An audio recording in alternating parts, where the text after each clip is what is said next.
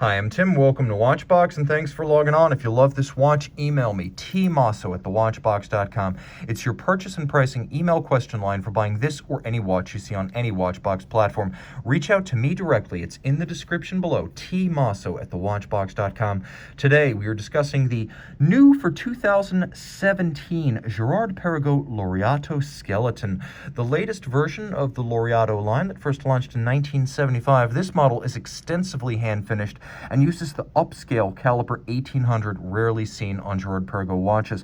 So it's 42 millimeters in stainless steel and quite thin at only 11 millimeters thick. From lug to lug, if we just count the lugs themselves, 49.1 millimeters, and if you include these end links that project a little bit beyond the lugs, the absolute distance across the wrist is 52.6 millimeters. Now let me show you how this watch wears on my wrist, which is oval and 16 centimeters in circumference. You can really get a sense of how it fits. It fits comfortably.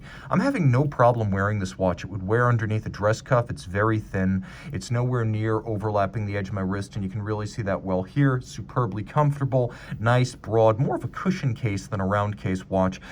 I would recommend it for a wrist as small as 14 centimeters in circumference. Taking a look at the bracelet, it's nicely integrated. It's important to remember that the original Laureato actually predates watches like the Nautilus, the IWC Ingenieur SL, and the Vacheron 222, as well as the Rolex Oyster Quartz. It predates all of them. It came sequentially after the Royal Oak, but you can see it established a lot of its own design language. That's most notable in the bezel, but talking about the bracelet, it's nicely tapered. You can also see that it has a lovely transitional bevel that runs from the case band over the lug shoulders and then perfectly aligned down the shoulders of the primary links.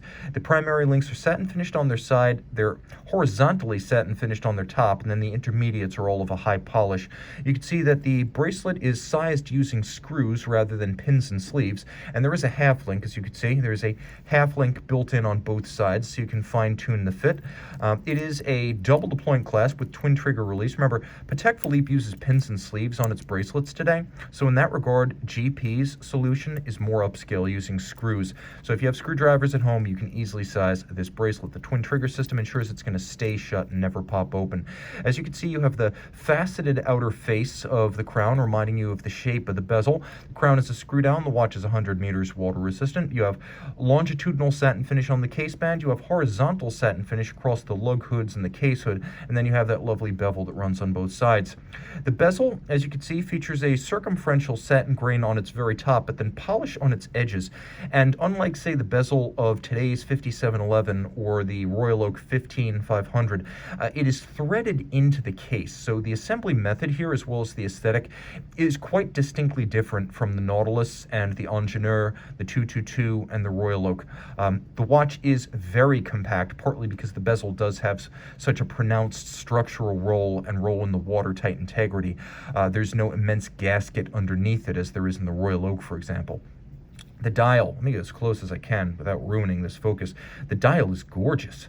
It's a nickel anthracite coating, and as you can see, it also has a concentric circular graining on its top. There's an hour track outboard that has the same nickel anthracite coating as well as applique polished indices. The watch is loomed. There will be a loom shot. Look at how many interior angles there are on this dial. You can see that it's been open wrought and then also beveled with real mirrored chamfers inside, and you can see those bevels just lighting up in spite of the nickel anthracite coating. They still have a glossy gleam and a rounded mirrored shine. You can also see that inside these recesses there are many interior angles where two bevels meet and sharp creases result. That is one of the hardest finishing assignments for the finisseur who actually create the watch. You can see that the barrel has also been skeletonized and opened up, which is both beautiful because the barrel top has been beveled on its spokes, and then you can see how coiled the mainspring is, which acts as a sort of impromptu power reserve indicator. The escapement's visible on the dial side along with the balance. You can see that the fourth wheel drives the seconds hand, and the watch is just as handsomely finished on the reverse side. The rotor has that same handsome skeletonization and then interior chamfering, and you can really see how sharp those interior angles is. The one underneath my finger right now is particularly pronounced. It also has that concentric brushing across the surfaces. In terms of actual tech specs, This movement is the 1800-0006 automatic winding unidirectional ceramic rotor bearings, 54-hour power reserve rather than the 3300's 46. This is 54. It has stop seconds. It is the 4 hertz beat rate pivoting on 25 joules, and it's free sprung for durability with a variable inertia balance. It is very technically impressive, and once more, 100 meters water resistant. This watch has it all. Forget the Nautilus, forget the Royal Oak. Get this. It's more beautifully made, and if you compare the price delta between this and the Royal Oak open worked, there simply is no comparison. This is 95% of the fine finish for a fraction of the price. Reach out to Tim Mosso at thewatchbox.com for purchase and pricing details.